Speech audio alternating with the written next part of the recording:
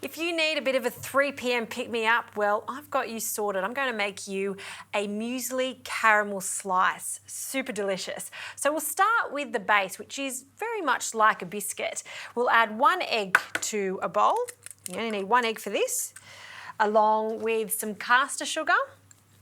And I'm going to whisk this together so it almost looks like icing sugar. You can see that the liquid from the egg is just mopping up all of that sugar. Okay, that's looking good.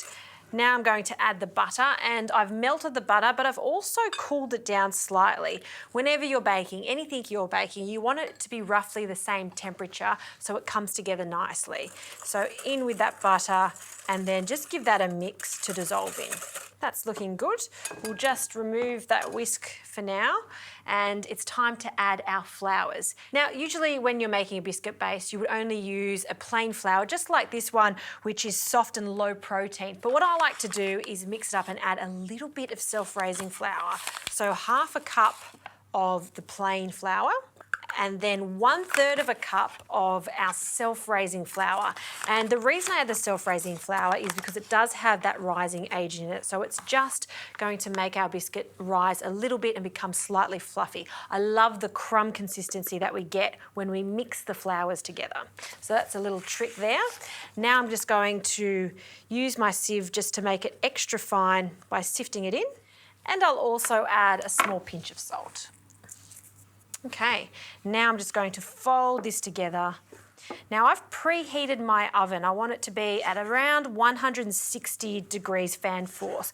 I don't want it to be too hot because this is just going to bake just to set. It's going to be quite blonde in colour. So once that has just come together, we'll grab a slice tin. This one's a 20 centimetre by 20 centimetre tin, and I've just placed some baking paper into it. It's going to make it much easier to take the slice out at the end. And we're just going to place that mixture in. It's not much, but because we do have that self-raising flour in there, it will rise slightly. Okay, so I'll just use my spatula just to spread it out quite evenly into the corners, and then it goes into the oven, and this is going to bake for about 20 minutes. Okay, while the biscuit base is cooking in the oven, let's make the muesli caramel. Into a pot, I'll add some brown sugar. And to that we need some more butter, 175 grams of unsalted butter, which I'll just cut so we've got the perfect amount. And what I like to do just to speed up the process is cut up the butter into little cubes. Okay, let's cut that up. And that goes in with our sugar.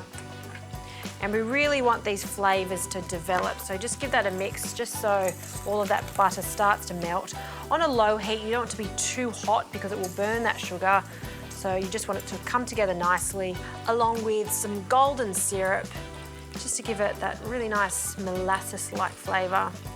And now what I'm going to do is just gently keep an eye on it until it melts away and just becomes thick and rich. This stage will take about 10 to 15 minutes.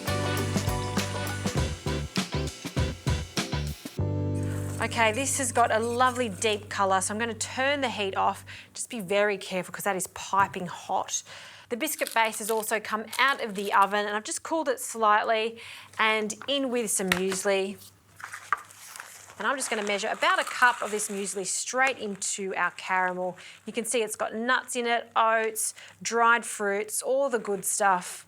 So we'll pop that in there, and some miso. These are two things you would not expect to add, miso and muesli, but pop them together into a caramel, it makes the perfect combination. So just by adding that muesli to that hot caramel, it's almost toasting it slightly. Oh, it smells great, and that miso will just bring the whole thing together. All right, now we're going to pour this over our biscuit base, and then this goes back into the oven, not for long. I'm just going to cook this for about 8 to 10 minutes, and once it comes out of the oven, I'm going to allow it to cool.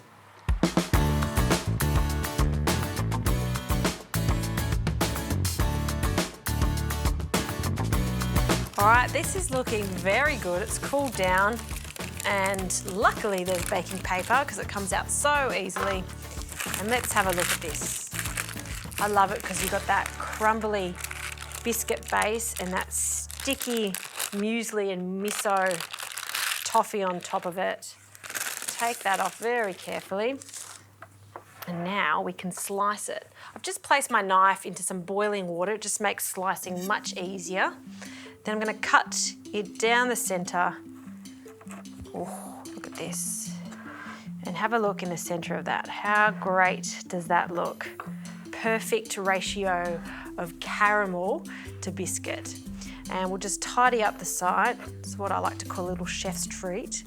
And then what I like to do is just cut them into rough triangles. And if you wanted to, you could freeze this. It freezes really well. Just slice it up into a Ziploc bag. And then if you just need a little extra something for the lunchbox, it's great to pop in frozen. And then it just defrosts throughout the day. And you've got a perfect snack by 3 p.m. All right, we'll pop that onto a plate. If you like, you can put some icing sugar on it. I just like it as is.